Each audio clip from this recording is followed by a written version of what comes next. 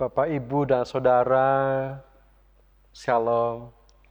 Saat ini kita akan bersama merenungkan sabda Tuhan sebagai dasar persiapan kita untuk menanggapi undangan perjamuan kudus oleh Tuhan yang akan kita terima pada ibadah tanggal 25 Desember tahun 2020 pada saat kita merayakan mengenang akan cinta kasih Tuhan dalam peristiwa Natal.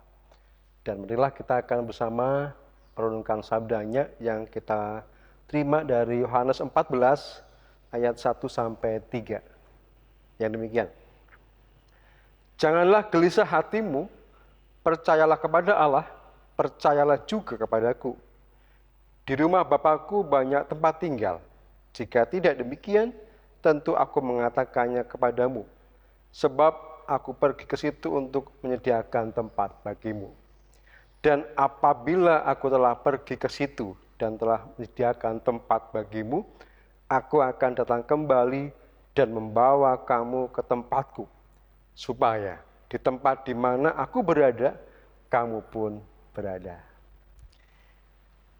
Dari narasi yang kita baca hari ini, kita akan menerima sebuah sapaan pewartaan sabda dengan tema bersiap menghadapi perjumpaan.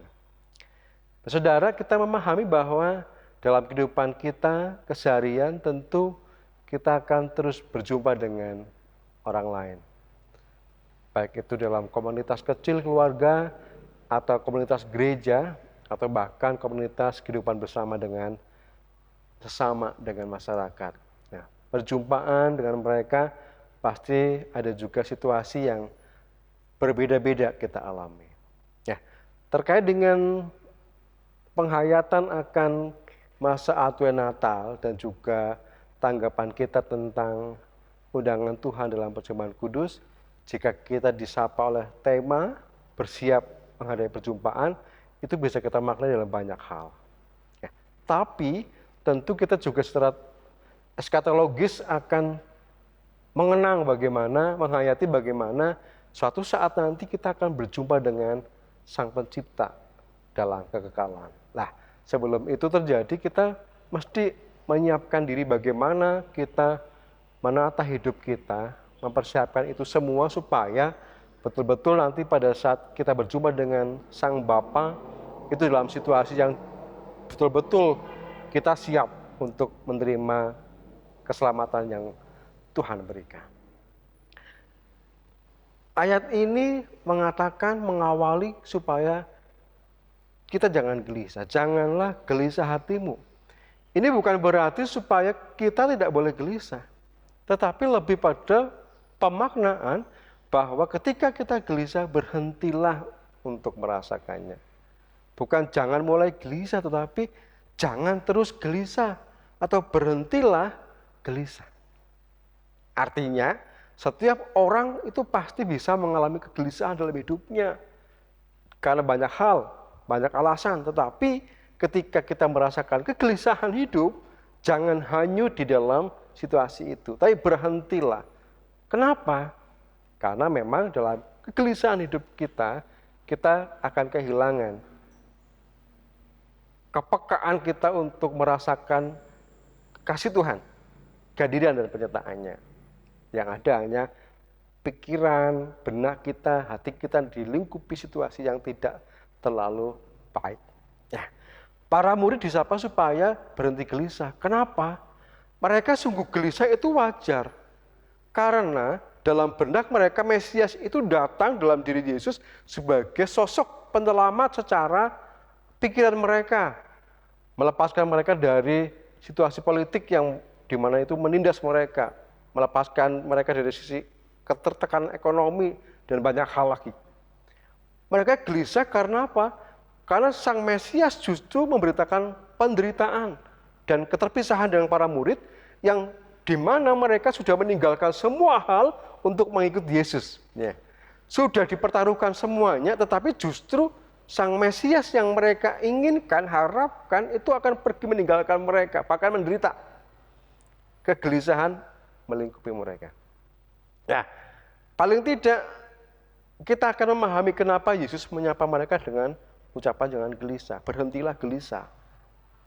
Yesus tidak hanya mengatakan supaya mereka berhenti gelisah, tapi Yesus mengajarkan paling tidak 3 hal yang akan membuat kita keluar dari situasi kegelisahan hidup. Yang pertama, Yesus berbicara tentang iman. Ayat 1, saya lanjutkan. Percayalah kepada Allah, percayalah juga kepadaku. Kita percaya pada Yesus, Juru Selamat, iya. Tapi ternyata kita diajak untuk percaya pada Allah dan Yesus. Bukan dualisme iman, tetapi percaya akan karya Allah yang menciptakan, karya Allah yang menyelamatkan dalam diri inkarnasi Yesus Kristus. Iman yang utuh kepada Allah Sang Pencipta dan kepada Allah Penyelamat.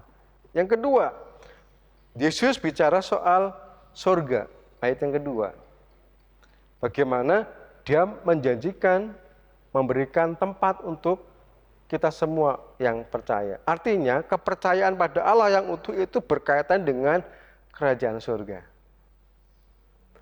Jadi, sebuah jaminan bahwa kepercayaan kita yang akan terus kita tata ulang, kita hidupi dalam kehidupan keseharian kita itu terkait bagaimana itu menentukan bagaimana apakah kita akan ada bersama Bapa di surga atau justru kegelisahan itu terus ada sehingga surga kelak itu tidak dirasakan dan di surga yang di dunia ini juga tidak kita rasakan. Yang ketiga, Yesus bicara soal apa yang akan Dia lakukan.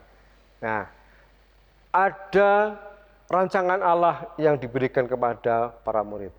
Bagaimana ayat 3 mengajak kita memahami bahwa Yesus pergi itu untuk menyediakan tempat bagi kita semua. Artinya, dinamika hidup kita ke depan kita tidak tahu secara pasti, bahkan tidak tahu, tapi yang perlu kita imani, di sana ada Allah yang sudah merancang sesuatu hal yang baik. Di sana ada Yesus yang menyediakan tempat yang terbaik untuk kita. Artinya, kegelisahan apapun bentuknya, ada Tuhan yang akan menolong kita. Aplikasinya apa untuk kita hari ini? Kita diajak untuk bisa keluar dari kegelisahan hidup karena berbagai alasan ekonomi kah, kesehatan kah, keluarga kita kah, atau relasi yang terus tidak bisa kita tentukan. Cukupkan itu. Taruhkan hidup kita pada Allah, pada Yesus secara utuh. Yang kedua, kerajaan surga itu menjadi bagian kita yang tentu tidak harus kita rasakan besok ketika berjumpa dengan Allah. Tapi justru hari ini kerajaan surga, damai sejahteranya sudah kita rasakan.